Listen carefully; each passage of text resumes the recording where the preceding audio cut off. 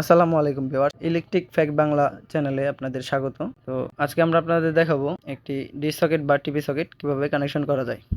তো দেখতে পাচ্ছেন আমাদের হাতে একটি টিভি সকেট বা ডিশ সকেট।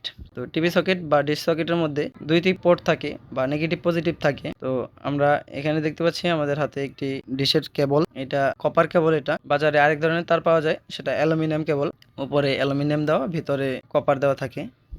ভিতরে যে মেইন বা আড়ি তারটি সেটি কপার কেবল দেওয়া থাকে আর উপরেরটা অ্যালুমিনিয়াম দেওয়া থাকে। তো আমাদের এটা দুইটাই কপার। উপরের যে চিকন তারগুলো সেগুলো কপারের, ভেতরের তারটি কপার। তো আমরা শুরুতেই নাইফ বা ব্লেড জাতীয় ধারালো কিছু দিয়ে মাথাটা একটু ছিলে এভাবে তারগুলো মুড়িয়ে ভাঁজ করে নেব। এরপর ডিশ সকেট বা টিভি সকেটের যে স্ক্রুগুলো এগুলো হালকা একটু লুজ করে দিয়ে সামনে যে একটি চিকন টার্মিনাল দেখতে পাচ্ছেন, এই টার্মিনাল দিয়ে আমরা এই মোটা যে তারটি বা ভিতরে যেই কপারের তারটি সেই তারটি ইন করে দিলাম।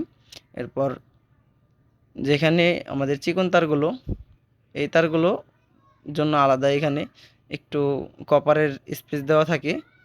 তো সেই বরাবর বসে আমরা স্ক্রুগুলো টাইট করে নিচ্ছি। ডিশ সকেট কানেকশন করার সময় অবশ্যই সতর্কভাবে কানেকশন করতে হবে। ভিতরের যে কপারের তারটি সেটির সাথে যেন বাইরের চিকন কপারের তারগুলো একত্রে না হয়, আলাদা আলাদাভাবে কানেকশন করতে হবে। তাহলে মূলত আমাদের ডিশ সকেট লাগানো হয়ে যাবে এবং মাথার যে স্ক্রু সেটি আমরা সুন্দর করে টাইট করে নেব। তো ভিউয়ার্স, এই ছিল আমাদের একটি ডিশ সকেট কানেকশনের পদ্ধতি। ইলেকট্রিক হাউস ওয়ারিং সম্পর্কিত সকল ধরনের ভিডিও আপডেট পেতে আমাদের চ্যানেলটি অবশ্যই সাবস্ক্রাইব করবেন এবং পাশে থাকা বেল আইকনটি বাজিয়ে দিবেন। যদি ভিডিওটি ফেসবুক পেজ থেকে দেখে থাকেন তাহলে অবশ্যই ফেসবুক পেজটি ফলো করবেন। ভিডিওটি ভালো লাগলে অবশ্যই একটি লাইক দিবেন। এরপর আমরা ডিশ সকেটের যে কেসিং, এই কেসিংটি খুলে স্ক্রুগুলো লাগিয়ে নেব। আর স্ক্রু লাগানোর সময় অবশ্যই একটু দেখে শুনে লাগাতে হবে, যেন স্ক্রু গিয়ে সরাসরি তারের সাথে সংযুক্ত না হয়, এতে করে সমস্যা হতে পারে। তারটা ছিলার সময়, তারের মাথাটা ছিলার সময় অবশ্যই একটু সাবধানে ছিলতে হবে, যেন তারের যে চিকন চিকন চিকন যে তারগুলো সেই তারগুলো যেন কেটে না যায়।